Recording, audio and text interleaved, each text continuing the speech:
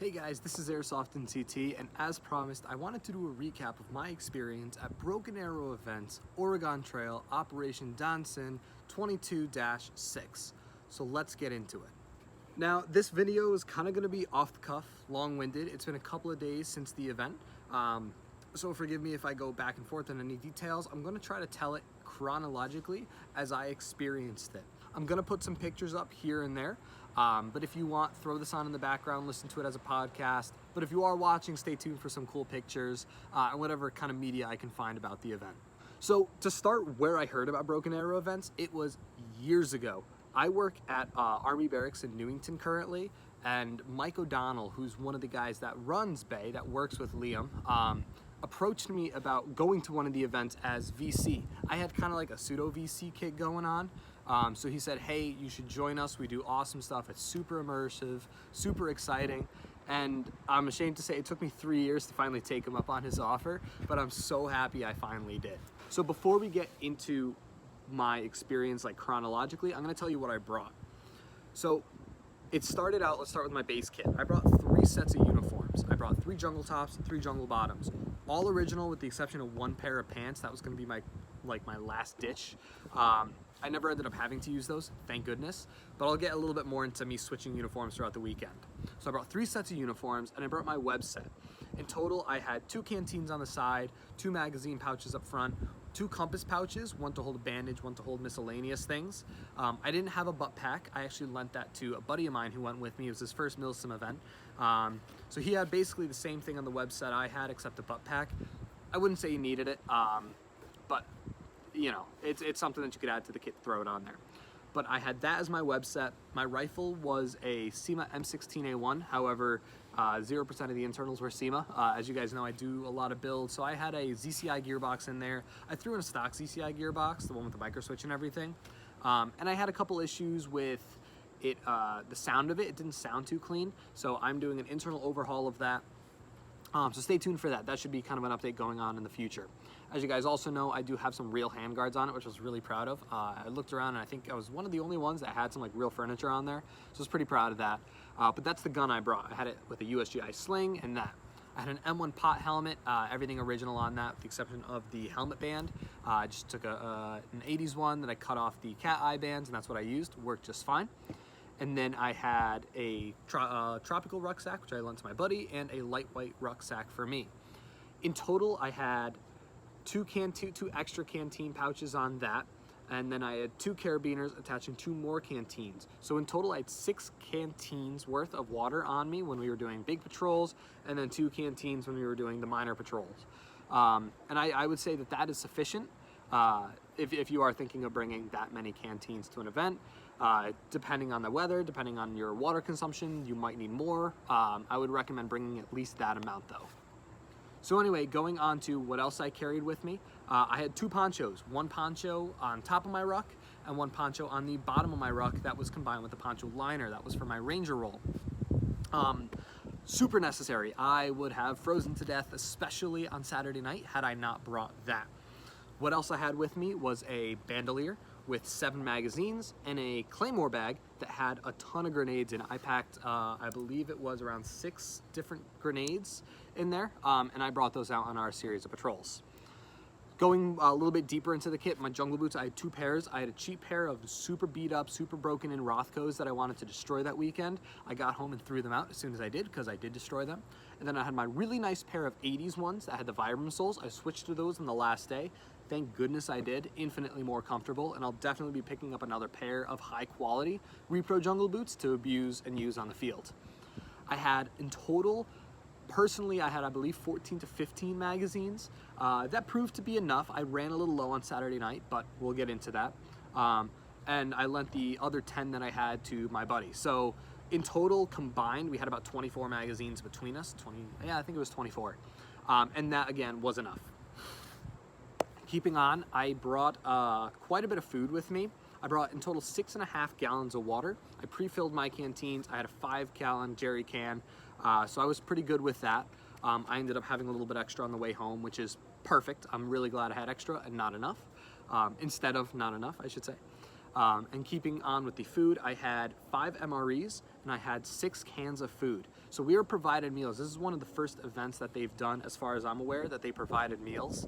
And thank goodness for that. I had an extra MRE left over and 2 extra cans of food. So I was really happy about that. I had enough food for the whole weekend. Going on to my sleeping setup, I had a cot, a USGI cot. Thank goodness I brought that. And then I also had an extra poncho liner, just as kind of like an extra pillow, extra warming layer to sleep in at night. I lent all of my other stuff, my wool blanket, my extra poncho, my 3rd poncho liner, and my sleeping mattress to my buddy who went with me, and he had a very comfortable night's sleep as well. He actually bought a giant vintage lawn chair that he slept on, but it's whatever, that's besides the point. We're focusing on my kit here, and I was pretty happy with that. Now, aside from that, that was pretty much my base kit. I will say I brought, I believe, 7 pairs of socks, which I was fine. I had 2 extra left over in the weekend, so I'm gonna bump it up to about 9 for next year, just to stay safe. I had 3 extra t-shirts, and then I had about 3 pairs of underwear, so I was fine with that. Other thing I brought along, which I was really happy about that I did, was a toiletry roll. This is a World War II repro toiletry roll made by Joe Sabia. He does these and he does a fantastic job on it. I did unload mine, so I've got nothing in it right now, but it is a fantastic piece of equipment, so please reach out to him, Sergeant Martin Military Surplus on Instagram. I'll link him down below. Please purchase one of these if you want to stay hygienic. I packed all of my toiletries in here, and I got to brush my teeth every morning. I did wipe myself down with wipes as often as I could. Just to stay like clean and whatnot. He did include a mirror for me too, so I believe he can do that for a slight additional charge, and I would definitely recommend doing that. It rolls right up, it ties right up, and you can hang it as well. Definitely a recommended piece of kit to add on in the future. As soon as I got there, there were a couple things I noticed I was missing. Number one, I was missing a foot locker. Foot lockers are something that I've kind of been looking around for. I didn't want to bring a post-war one, and I didn't want to bring a really beat-up World War II one that I had access to, but I want to get a period foot locker just to keep my stuff very organized. I brought a laundry bag to keep all my stuff in, kind of in the transition, as well as an ammo can, but a foot locker would definitely be something to keep myself organized and period correct. On top of that, a Mermite can. A Mermite can with some extra cold Cokes would be a great addition, so I will be buying one of those for next year as well. Aside from that, setting up my bunk was really easy. I was in a GP medium. There were, I believe, 23 tents total. I think we had 4 GP mediums, a ton of GP smalls. A lot of people brought personal ones. And then we had a mess tent, we had the talk, there was a couple things like that. But I was in one of the 4 big GP mediums. It was God's favorite tent because it was very holy, so we got a little bit rained on, but that's okay. But yeah, so I was set up in one of those. I had my bunk alongside other guys' bunks, and I had my stuff right next to it and underneath it. I brought a shelter half to cover up some of the Farby stuff that I brought and some of my buddy's Farby stuff, water jugs, things like that. Nothing like ridiculously crazy. And I also brought an extra rifle. I brought my XM177. So let's get into my experience with the event. So I decided to show up a little bit early. Guys got there as early as Tuesday, which was crazy. They stayed there for almost an entire week.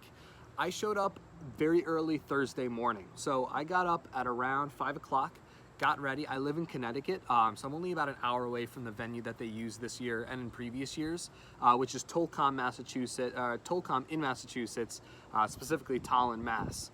So the AO, if you haven't heard about Tolcom, is extremely hilly, extremely dense with forest and green. There's a couple little village areas. There's a river going through, so it's a very tough environment. And especially with the weather kind of being wishy-washy up in the air, I wanted to prepare best I could. Upon arrival, I dropped my stuff off. I kind of got it pseudo-organized, and immediately we got to work. We set up a few more GP smalls. I manned the fire. I made sure it went out. We had some pallets burning and stuff just for like extra storage that we had. So we ended up clearing that out. I was on MP duty, so I was bringing people in, checking them in, making sure they knew where to go and how to head to the talk and whatnot. And yeah, that's pretty much just what we did all of Thursday. It was a big setup day during the day. I will say one thing I was a little bit concerned about was checking in. We didn't get to check in until Friday, which is totally okay. It's just there was so much to do that the check-in system wasn't set up until later. not a problem at all. Just something to be aware of. If you get there earlier than Friday, you're gonna need to wait to check in, so just make sure you have all your stuff ready, but don't like panic when you get there, because I panicked a little bit. But anyway, let's keep going. Thursday kind of starts to slow down. More people are set up with their tents. We're all set. Most of my squad showed up, and our squad was 2-1. So I was second platoon, first squad, led by Sean Wachter, so Liam's younger brother. There was Mike Ferrucci. Everyone knows Ferrucci the Mooch.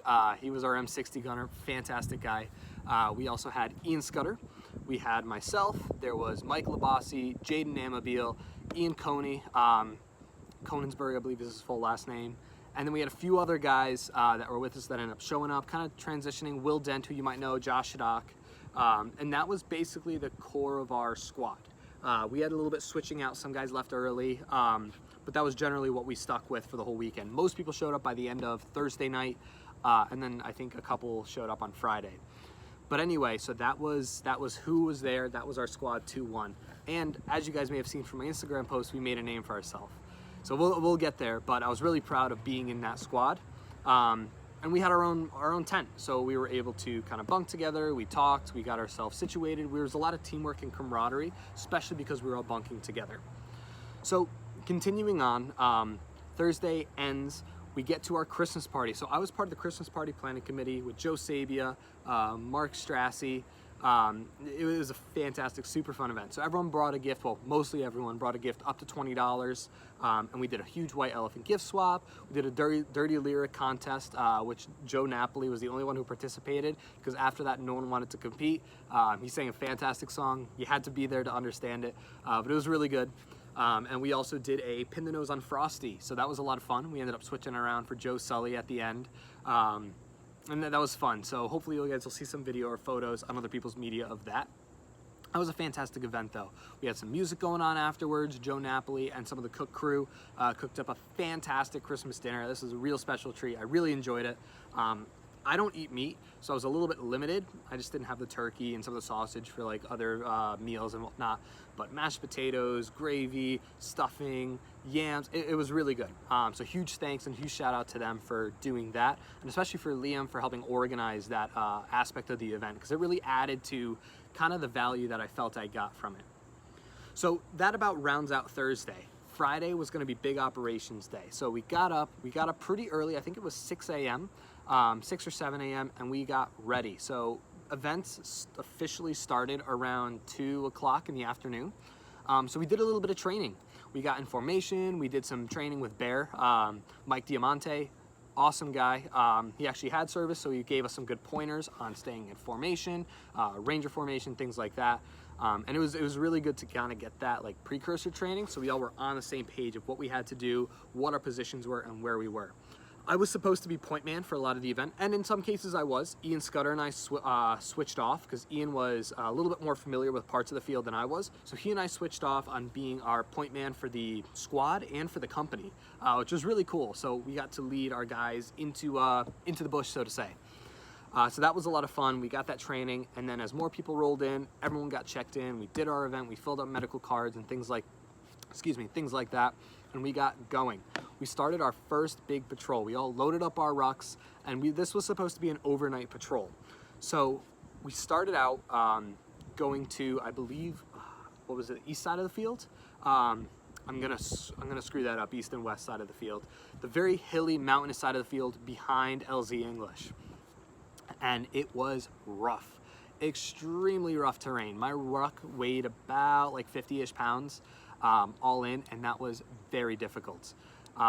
Once we got to kind of the river base, kind of the valley in between the two big hilly mountain areas, we set up a 360 perimeter and was on watch. No contact with an AVC at that point, so we ended up kind of rucking up the mountain on one side, got to a nice spot, and then realized there's a better spot not far up ahead, so we rucked even more up there, and that's where we started digging in. We were all soaking wet, because Thursday into Friday it was up to 90 degrees, super hot. Thursday night it was really rainy, and that did not cool down the weather at all. We were soaked just from sweat alone on Friday. So once we got there, we started digging in. I was with Mike Lobassi. Hopefully I did mention him. Mike Lobassi, great guy. I had a lot of fun working with him in the event. But we ended up digging a super awesome foxhole, a little fighting position, a little sleeping position. We had all of our stuff dug to the side. We were defended in front of us, behind us. We were able to hold our position, and we were all set. We were about to put the tarp over it, get locked down, start eating some chow, and we got the call to move out. Unfortunately, what had happened was something that I think is a fantastic show on the quality of the event producers. We pulled out for safety concerns. Everyone was soaking, drenched from sweat, and temperature compared to the day was going to plummet at night. So what they ended up doing was pulling everyone out for safety because they didn't want anyone getting hypothermia, have their clothes freezing to them at night. And while it was disappointing we didn't get to use our fighting position, I think that speaks volumes about what this event has in mind. Not only are we there for immersion and like embracing the suck, but they really care about the people in their event and the safety of them. So huge props to them. Everyone was a little like bummed out that we didn't get to stay the night there and shoot some VC, but you know, it is what it is. We rucked up, we went back to base along the road. That was also a very challenging set because we were all exhausted at that point. We were finally ready to get settled in. But once we got back to base, we cleaned up, we laced, made sure all of our equipment was ready to go for the next day, and we settled in for the night. So that concludes about Friday night. That's where we are. Now, Friday night was not easy to us either. We ended up getting tons of rain that night. So it was very difficult to sleep soundly, but we knew we had to get up for 6 a.m. the next day. Super important stuff was happening Saturday and Sunday. So this is where we get going. Liam decided to send us all back into the same area we were in the night before, but without rucks. Thank goodness. So I was point man with Ian. We headed down there back to the basin of the mountain and then climbed up the opposite side. And this is where 2-1 made its name to fame. Super proud of us. Sean Wachter was the guy who led us up. We went up a mountain. Ian pointed out we had a couple of enemy positions up ahead. So what we did was we sent 2-2, our adjacent squad, sent them around, made a far side, but we steamrolled right through. We were throwing frags, throwing smokes, firing like crazy, and we ended up overthrowing multiple VC positions. Pavin, I should say, not all VC. We had NVA, whatever. We ended up rolling a ton of their positions, and we pushed like crazy. And that's where we kind of got our recognition. We were then became like the Brute Squad. We were the Oonga Boonga Squad. We all put leaves and foliage in our headbands, so we were the Salad Squad, Fiber Fighters, 2-1. And that's kind of where we were at for there. After we did that, we ended up rucking back to our home base. We caught a ride on the Deuce and a Halves. We were actually pretty far. We had to drive on the opposite end of roads all the way through town and back to base. So we made some good maneuvers there alongside pushing out some VC. And yeah, then we ended up back at base. We had a couple hours for R&R. We ate some breakfast. It was basically lunchtime by that point. And yeah, we really enjoyed kind of pushing through that and getting back to base comfortable and ready to go for the next night. So once we kind of had our rest, we ended up packing up for a first big run. It was supposed to be our second remain overnight, but this ended up being our first because of the safety concerns the prior night. Everyone packed multiple pairs of clothes. Everyone packed their shovels. Our squad went from about 10 strong down to 6 strong, unfortunately, but we still held our own. So 2-1 ended up being the tip of the spearhead again. We pushed out through the kind of other side of the field, so I believe the west side. And there is where we could have contacted civilians. Unfortunately, we didn't meet any civilians. I would have loved to come into contact with them, but it was straight VC all the way. We rucked out to a big position that ended up being like where 4 roads converged, and that was going to be our position overnight. So we dropped rucks, and we took a big patrol. The whole company took a patrol out to the eastern side of where we were going. Well, realistically, the northern side of where we were going, but east if you're coming straight at it. So we started making real big pushes, big movements. We ended up coming into contact with a lot of traps, a lot of booby traps. They had toe poppers, claymores, and they left a lot of propaganda pictures too. It was kind of cool, really cool actually, to see that level of immersion there. But as we were pushing out, we ended up coming into contact with VC. The first squad, we were second, we were behind the command element. So first platoon came into heavy contact, so second platoon scooped around, started eliminating those guys, ended up on the opposite side of a hill, opposite hill, I should say, of them, and we were hammering them. We were doing really well, and we ended up pushing back because it was starting to get late, and we had to get ready for the run. So after absolutely obliterating it, the camera guy was with us, which is super cool. We ended up walking back to our RON position, and we set up for the night. So basically it was a huge 360 perimeter we had up top a little hill. We had some kind of pre-dug in positions. It was previously abandoned by an Arvin group, so the story goes. And we dug in more. We set up sandbags. I believe our position had an additional like 6 sandbags set up. We had MGs kind of positioned around certain areas. HQ element was in the middle. And our little dugout was the northernmost point. Unfortunately, it was the easiest access for the VC. So what we did was we set up tripwire and little mines and everything like that outside our perimeter to give us a little bit of a heads up. Once we dug in, our little foxhole area was me, Ian Scudder, and our squad leader, Sean. We had a grand old time. It was a lot of fun with those guys. We ended up setting up all of our stuff like easy access where we needed it, ate some dinner, and got ready for the long, long night ahead of us. I didn't know how long it was gonna be, but it was long. Around 8:45 rolls around. My watch, I didn't know, had some tritium in it, so I kept track all throughout the night. So if I reference times, take it with a grain of salt. It was very late, but just to give you guys like kind of a perspective of how long this night was. 8:45 rolls around, 8 o'clock to around 8:45.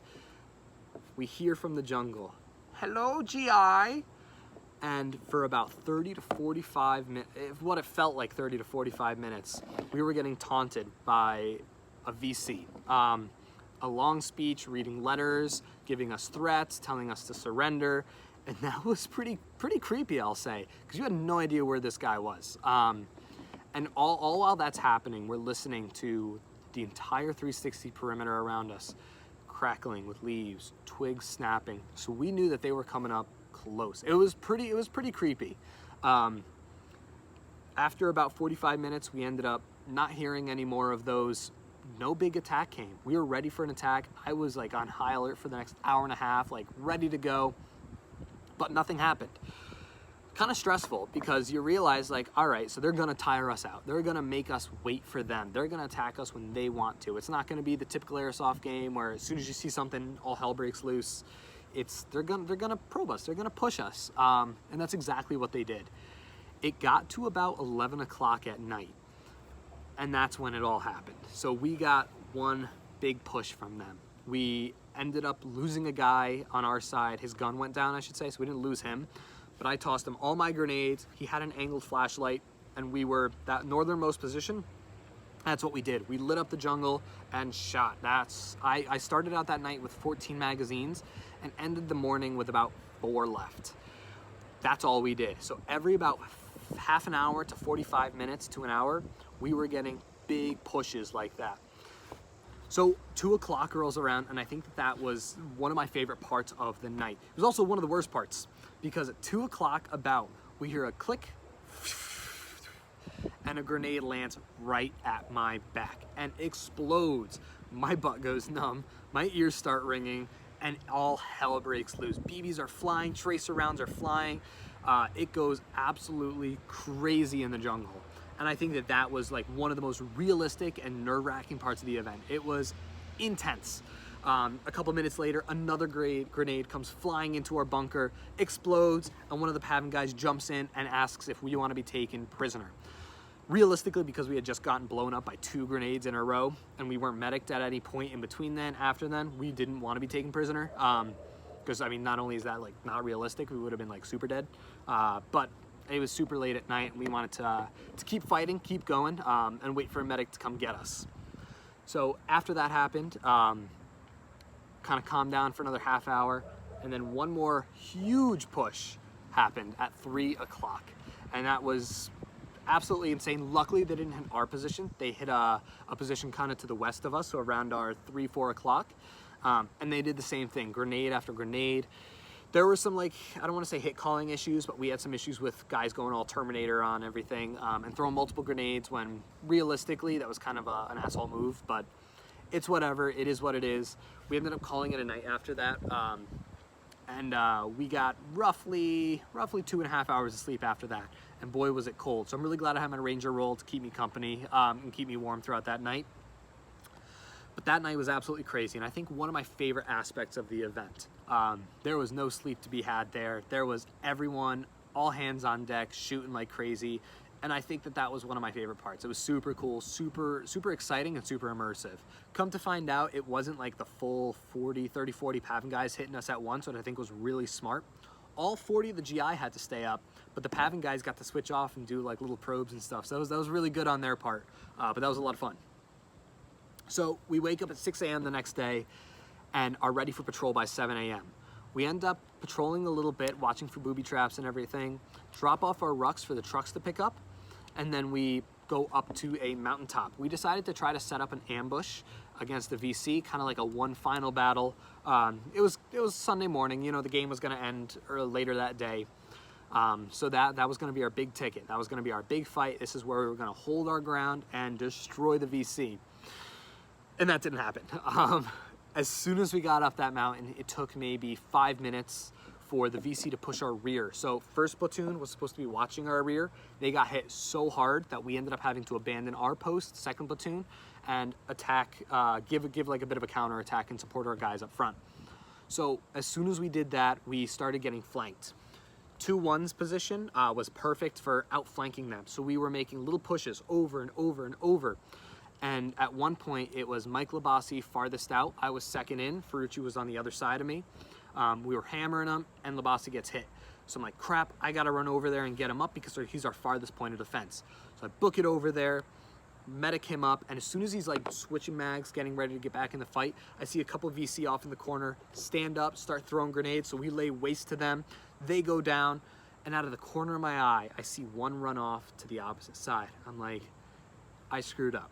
I didn't watch our rear, which is one of the biggest reasons we got overtaken. Our squad, I should say, not the whole platoon, but the couple of us kind of in the far corner. That's one of the biggest things that I feel like I could have improved on to help like win that fight for us.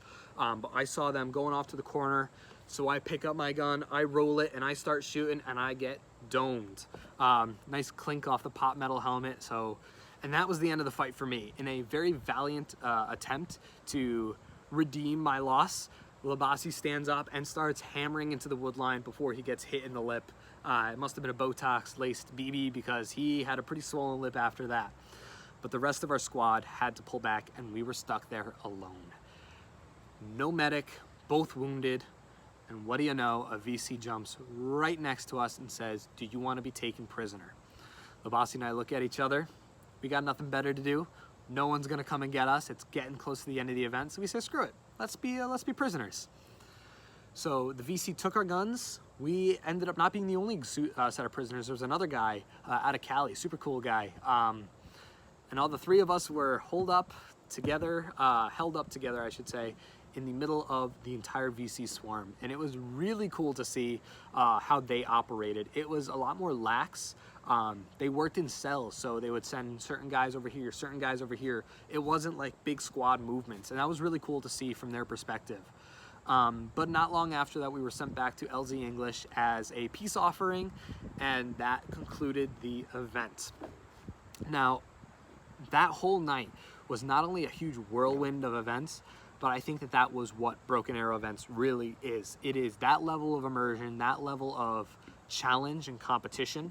And really you're pushing not only against the VC and yourself, but the elements too. Like, we faced a lot of rain, we faced a lot of cold, we faced a lot of treacherous terrain. So I had a lot of fun with kind of the combat aspect of that. Now that ended around 10 a.m. So the event was supposed to end around like 12-ish. We were going to try to keep it going until then, but it was such a long weekend that we ended up closing down shop then. We packed up, we got everything, we took down all the GP mediums, we started taking down GP smalls, we had some lunch, we took a lot of pictures, but yeah, so then we had our debrief, so to speak, and that was not our closing ceremony, but that's where everything was like concluded. We had our award ceremony, and the Salad Squad, the Fiber Fighters, the Oonga Boonga Squad got recognized for being so awesome. So super proud of working with those guys. Our squad leader, Sean Walker, got MVP of our platoon. Super happy for him. He absolutely rocked it. I couldn't have asked for a better squad leader. So shout out to Sean if you're watching this. But that basically ended the event for us. We packed up, we took pictures again, and we got ready to go. And that was my experience with the events, with Broken Arrow events. Now, I don't think there's enough to be said about the quality, the dedication, and the effort put behind everything that was done. I know it's not just Liam, I know it's not just Mike O'Donnell, or CJ Sen. Like there's a whole slew of guys that are behind what had to happen for that to work so well. And I just want to give mad props to them. That was an incredible event, one of the best events I've ever been to, and I'm super excited to go to next year's. Hopefully you guys enjoyed the photos going on in this. I'm looking forward to next year, 2-1. We're going to crush it again, whether we're 2-1 or not. We're going to try to keep that squad together, so hopefully that works out. But yeah, that was Broken Arrow Events, Operation Oregon Trail. So thank you guys for watching. Again, I hope you enjoyed the pictures, and we will hopefully see you next year and for some more Vietnam content. Have a good one.